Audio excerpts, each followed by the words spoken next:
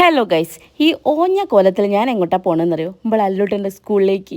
വല്ലാത്തൊരു അബദ്ധം എനിക്ക് പറ്റിപ്പോയി. ഇന്ന് അവന് കളർ ഡ്രസ്സ് ഇട്ട് വിടേണ്ട ദിവസമായിരുന്നു. പക്ഷേ ഞാൻ ഇന്ന് അവന് യൂണിഫോം ഇട്ടിട്ടാണ് വിട്ടത്. ഇതിപ്പോൾ എങ്ങനെയാണ് എന്നോട് മറന്നു പോയെന്ന് എനിക്കറിയില്ല. ഞാൻ അത്ര ഓർത്ത് വെച്ചതാണ്. അതിനുവേണ്ടി ഞാൻ പുതിയ ടീഷർട്ടൊക്കെ വാങ്ങിച്ചെല്ലാം സെറ്റ് ചെയ്ത് വെച്ചതാണ്. പക്ഷേ ഇട്ട് കൊടുക്കാൻ മറന്നുപോയി. എന്നിട്ട് അല്ലൂട്ടനെ സ്കൂളിൽ വിട്ട് കഴിഞ്ഞൊരു 10 മിനിറ്റ് കഴിഞ്ഞപ്പോൾ എൻ്റെ മാം വിളിക്കുന്നു അല്ലൂട്ടൻ്റെ. അപ്പോൾ ചോദിച്ചു മറന്നു പോയതാണോ ഡ്രസ്സ് ഇട്ട് കൊടുക്കാമെന്ന് പറഞ്ഞു.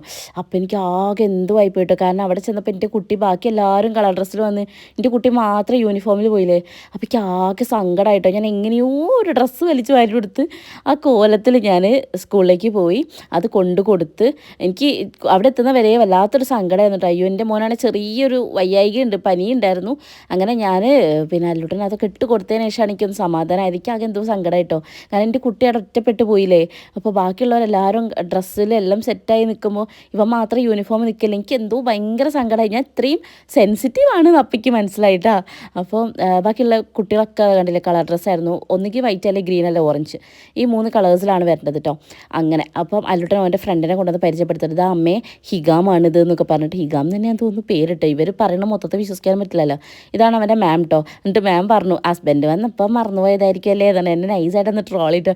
ഞാൻ പറഞ്ഞു എന്താ അറിയില്ല മറന്നു പോയതാന്ന് പറഞ്ഞ്. അങ്ങനെ പിന്നെ ബാക്കി എക്സസറീസൊക്കെ കൊടുത്തു കേട്ടോ. പക്ഷേ അവന് എല്ലാം ഒന്നും ഇഷ്ടമായില്ല. കൊടിയും പിന്നെ ചെസ്റ്റിൽ പിന്നെ പിൻ ചെയ്ത് വെക്കുന്നതും അവനെടുത്തു. പക്ഷേ കയ്യിലിടുന്നത് അവന് എത്ര കംഫർട്ടായി തോന്നുന്നു തിരിച്ചു തന്നു കേട്ടോ.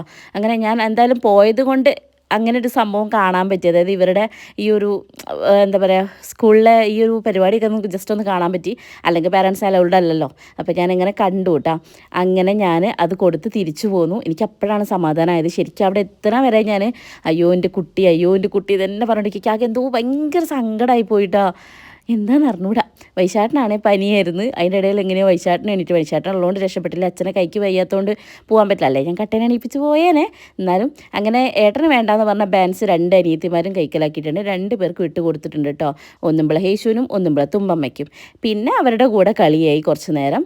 എന്തായാലും ഒരു ഇച്ചിരി നേരത്തേക്ക് ഞാൻ ആകെ ടെൻഷനായി, ഒരു സങ്കടം പിടിച്ച പോലെ ആയിപ്പോയി. അവനതൊക്കെ കൊടുത്ത് അവനും കണ്ട് വന്നപ്പോൾ ഒരു സന്തോഷമായി. പിന്നെ ഇവിടെ ഇതാ കളി കാര്യത്ത് നല്ല അടിപൊളിയായിട്ട് ജോറായ കളിയിലാണ്.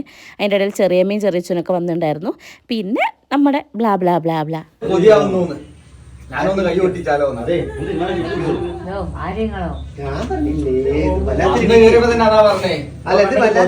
അങ്ങനെയല്ല. ഈ ശോഭ പോവാ വീട്ടിലേക്ക്, എനിക്കൊന്ന് വാരിക്കൊണ്ടാന്നേക്കൂ അല്ലേ.